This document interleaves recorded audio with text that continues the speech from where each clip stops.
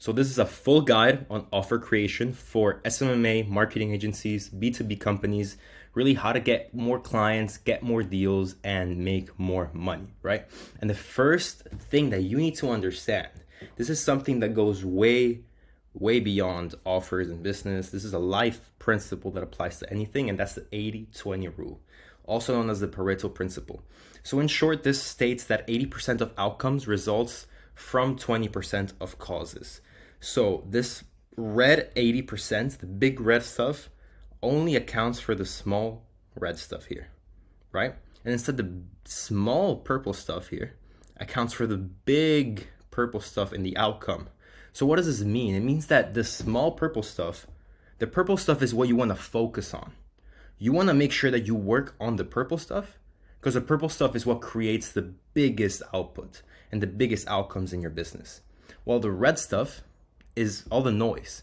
It's all the small things that don't really matter but take up so much of your time, effort, and energy from your business and from your focus, right? So this rule was coined by Italian economist Vilfredo Pareto. He noticed that 20% of pea pods in his garden were responsible for 80% of his peas. Awesome, that's amazing, right? And if you take a look at everything in life, it really applies to everything. 20% of sales reps close 80% of deals in a sales team. 20% of customers bring 80% of sales in a business. And how can we apply this to offer creation? That's what we're talking about here, right? Well, let's take a look at that. So there are 4 key elements that lead to a successful offer. You need to solve a specific problem. It needs to be a real problem that your prospects are dealing with, that your market is dealing with, that causes a real pain. You need to have a unique mechanism for solving it. So you need to make sure that the way that you're solving it is differentiated from competition. You need to have attractive pricing and attractive terms of payment, right? So how do they pay? How much do they pay? When do they pay? And reduce the risk for your clients, right? So these are the guarantees and all that kind of stuff that puts the risk on your side instead of the client's side. Now, if we want to go more in depth, this is how much of the success of the offer these different things account for. 50%, half of it, is literally just the problem you solve, right? If the problem is big enough and painful enough, people will want a solution no matter what.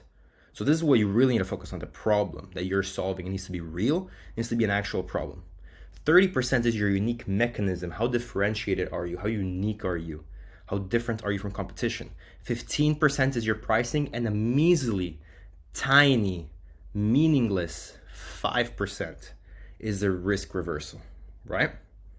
Tiny, just tiny, meaningless. So if we take a bird's eye view, the 80%, the 80-20, right? 80% is the problem that you're solving and the unique mechanism, and the 20% is the price and the risk reversal or your guarantees. So if you solve a massive problem in your market and offer a solution that completely sets you apart from competition, then you can charge virtually anything for it, as long as you target the right customer and they actually have the budget to pay for it, right? And yeah, the first and most important step of the process is that you really can't make the problems up. You need to have real problems that you're solving. You need to actually do market research and figure out what the problems are. And where people mess up is that they have the whole thing wrong. They have it all backwards because they think they can create an offer just by having guarantees and value stacking. And have you seen how many offers have you seen online that just tell you, we guarantee 30 appointments or you don't pay per appointment, or get 3x ROAS or you don't pay? All of this jack and all of this whack stuff, which it's just whack. It doesn't mean anything.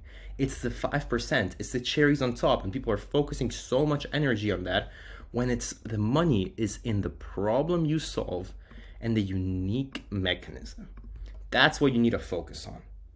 That's where the money is made, and that's what I'm going to show you today, how you can create an offer that is based around that. So let's see how we do that, right? No bueno. We want the bueno. We don't want the no bueno. Problems. In order to find real problems, we need to find out what the market is actively looking a solution for. And where does the market go to find 90% of their problems, the solutions? The World Wide Web, right? Exactly where we are right now, where you're watching this video, where I'm talking to you, and where everything happens in this online space. So what are we gonna do? We're gonna use social media to figure out exactly what your market is craving. And the way we're gonna do this is, first of all, let's see what social medias your market hangs out in. So if you're targeting SaaS companies, they're probably like on Twitter, LinkedIn, e-com, YouTube, and Instagram. Just figure that out, right? Where are they hanging out? And find 10 to 20 top influencers who are making content about your market. Try to find people who are as close to your service and your niche as possible. So if you target e-com brands, for example, that do email marketing, and you do email marketing and copywriting, then try to find influencers who are making content about e-commerce email marketing, right? Most of the influencers in your list should be like this, but you also want to expand a bit more to get a better understanding of your market, right? So for example, in the e-com example, you might have a few ad people, right? People talking about ads, people talking about conversion rate optimization, or just how to build an e-com store. Just have 80%, 80% of the influencers in your list be exactly your niche and market, and then the 20% be a little sprinkled around of the biggest influencers in overall in the market in general, right? Now, we're gonna go on their pages and we're gonna try to find the most popular pieces of content that they've made. So if you're on Twitter, you can use Tweet Hunter to sort by most popular tweets of all time. On YouTube, it's really, really easy. Just go by most popular on the videos page, sort by most popular. And I'm sure there's ways to do it on all the other social medias. Just do some digging, you'll figure it out, right? Now, the chances are that most of this content is going to be speaking exactly to your niche's problems. And the best performing content is the one that got the most attention. So that means that the topics that are covered are the most common pains and desires of your niche. So you're gonna use this as a starting point. This is gonna allow you to understand, right? What is it that your market is clicking on? When your market sees a headline, when your market sees a solution to a problem, which one do they click on the most? Which one do they watch the most? And whatever their attention is on the most, that is exactly what is most painful because they want a solution to that. So that's gonna be the first step. But again, we're gonna go deeper with this research because we're gonna make sure we get it right. So the next step is going to be talking to your niche directly. We're gonna set up an outreach campaign where instead of pitching your services, you're gonna ask to do research on their industry, right? Now you'll also get tons of more replies like this as well as a byproduct. So this is what you're gonna ask them. Their goals in the next 6 months. What are they doing to get there? Their biggest obstacles. What have they tried in the past that didn't work? What obstacles did they face? What is the biggest pain they're facing in their business that is either taking the most time or energy or money to solve? And what is causing them the most stress in their business? And also, this is an important one, what are they tired of getting pitched on every single day? This is gonna apply more to the unique mechanism because it's gonna allow you to understand what are they getting cold emails and DMs about every single day, and what are they tired of hearing, right? If it's e-com, it's probably gonna be Facebook ads, right? So figure that out as well so you can differentiate yourself. Now just dial up the volume on these outreach campaigns until you get 20 to 50 meetings and ask all of these questions. And if you set up cold email campaigns to send 1,000 emails a day, this should take you like a week or two at most. If you don't know how to run 1,000 email a day campaign, then you can check out the video in the description, which I made about a week ago. You can check that out.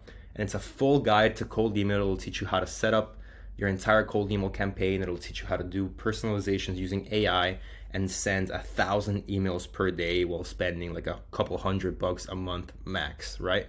So check that out in the description. Anyways, moving on. Now you're gonna have a real understanding of your market and exactly what they desire. And we're gonna use this as the building blocks for your offer. So, unique mechanism, step 2. In order to do this, you really need to sit down and ask yourself truthfully, what actually makes your way of delivering your service different from others? What sets you apart? What approach do you have that most don't have in the way you do things? And the big secret about this is it don't actually need to be all that different. You see, you don't need to reinvent the wheel. You just need to position yourself in a way that is unique. So let's have an example here. Let's say you're running ads and you do marketing for your clients, right? The way that you've been seeing the best results is by testing tons of different creatives, going wide on TikTok, then doubling down with Facebook ads in more niched down campaigns, right? Just a random example. There might be other agencies out there doing the exact same thing, but no one is talking about it. They're just doing it in the background. So what you're gonna do is position yourself as a unique mechanism, as the omni-channel testing funnel system, right? It's a unique way of testing creatives fast, leveraging TikTok for its wide reach and immediate results, and then nailing down the right messaging and creatives to leverage on Facebook ads with its proven results, and going wide on all platforms, right? Boom, unique mechanism. You already sound a little bit different than, I'm gonna run your Facebook ads and get you 3x ROAS, all right? Set yourself apart. So now you have a unique system. The key is to build intrigue, right? You need to make it sound and look like you're doing something different. You're not like those other agencies that are all the same and get mediocre results. And this is a pro tip. One of the biggest marketing strategies that you can use is to create an us versus them scenario. So set yourself apart with your unique mechanism, place yourself as a completely different entity as the agencies that might have burned your clients in the past, create that us versus them. It's us with our unique system, with our way of doing business. We care about clients, we care about results, versus them, those agencies pitching you Facebook ads and the 3x ROAS and the one-trick pony agency, and they don't get your results. They only care about getting returns. They only care about making money off of you, right? Create that dynamic and make that gap wide and place yourself on the side of the client. And the more conflict you create, the more polarity you can create, and the more attraction you can create for yourself, right? This is a huge marketing tip. So now there's 3 levels to a unique mechanism. Level 1, there's no unique mechanism. You're boring, no one likes you, get over it, go get a job, go do something with your life, right? Level 2 is you have a unique mechanism in your delivery. It's what I just described above. You know, your offer has something unique. People go like, huh? But nothing more, right? So people are like, oh, that's interesting. That's very unique. I like that.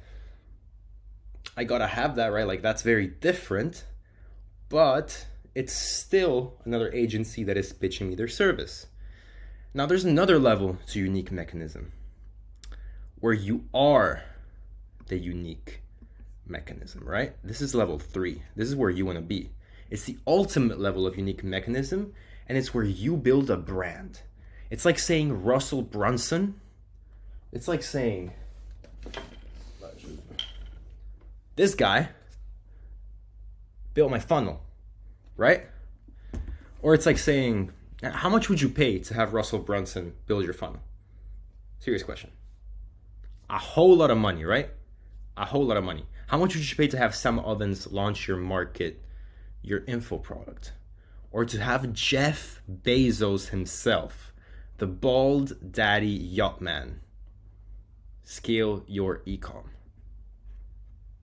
So in order to build the ultimate unique mechanism, you need to build a personal brand to set yourself apart. So start posting content, create value, like what I'm doing right now. Just show up and be unique, personal, attract your ideal audience. Make bangers, build a reputation, and become somebody in your space. And that is gonna be how you really, really set yourself apart.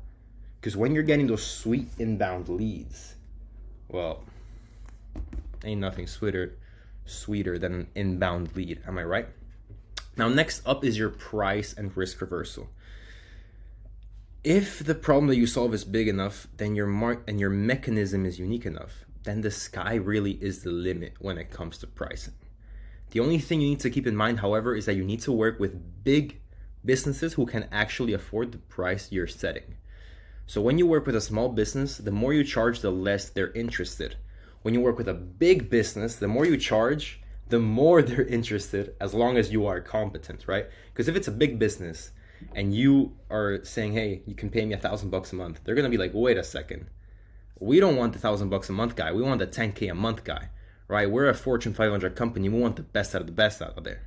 So with a big business, the more you charge, the more you set yourself apart and the better it is. But you need to actually have the result to back it up. So here's what you're gonna do. First of all, you're gonna work performance-based with smaller companies to build up experience and case studies, right? So you're gonna just maybe ask a little bit of money or even no money if you're really gonna go fast. You can also ask no money up front and work on a pay per performance and pay per result basis. This is setting yourself apart only from the pricing, not from the unique mechanism that much, but you can just start working and start getting clients and start getting results. Now, as you do this, you're gonna create your unique mechanism for your offer and start tailoring your messaging to big companies. So really focus, what are these big companies looking at?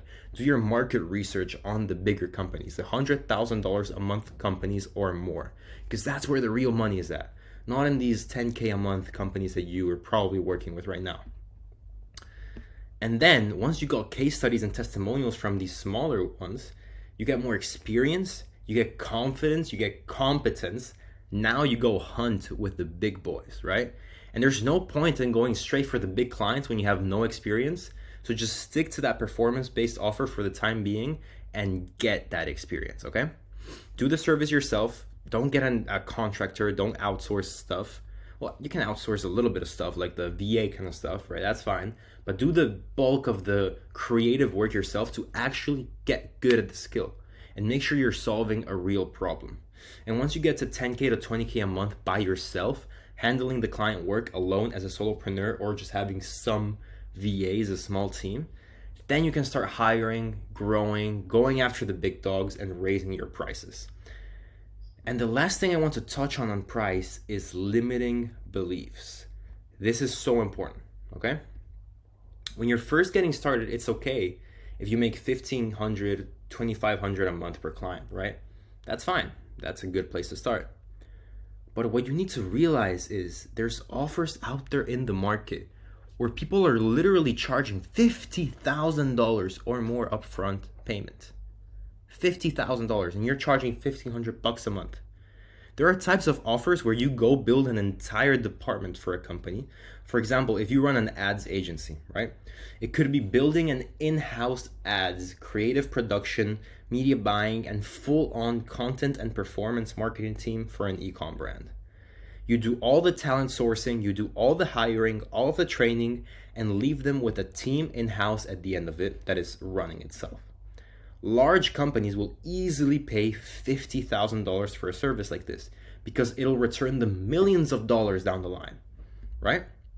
You can sell 20 of them per month and you're already at $1 million a month, right? Another example I can give you is companies that build sales teams, right? So building an entire appointment setting team, closers, sales managers, that entire spiel, just building that up for a company. Companies charge 30K for that, 50K for that. Probably even 100K, right? The sky really is the limit, but you can't expect to play at the level starting out, okay? Just keep it in mind, people are making $50,000 a day out there while you're charging 1K a month, right? And those people are no different than you. They just put their head down and put in the damn work. Now the final step is risk reversal. If you're first getting started, risk reversal is quite important. But remember, these are the cherries on top. The foundation of the offer is the problem and the unique mechanism. So think of the risk reversal as that last little push that the prospect needs to go through with the offer at the end of the sales call. If you're just getting started, the risk reversal is probably going to have to be something like a performance offer. So pay 20% of revenue we generate, pay $200 per appointment, that kind of stuff, right? Now, as you grow and you get testimonials and you get case studies, those will become your risk reversal. The testimonials and the case studies themselves will become your risk reversals, right? Because the more case studies you have of people that were in situations similar to the prospect that you're speaking to, the higher their perceived likelihood of achievement and confidence that you can actually get them a result. Because if they say, oh, you've worked with a company just like mine, gotten them amazing results, and even you tell them, hey, we got them amazing results because of X, Y, and Z.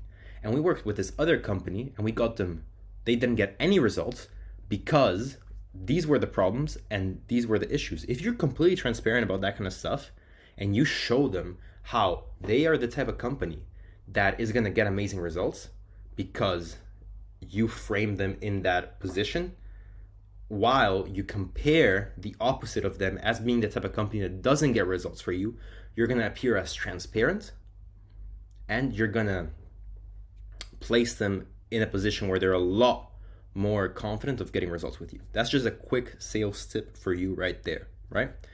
I'll make another video about sales. If you want to hear more about that, comment below. I'll make another video about sales. Now, I think that's it. Yeah, that's the end of the video. There you go. Okay. So remember, summarizing everything,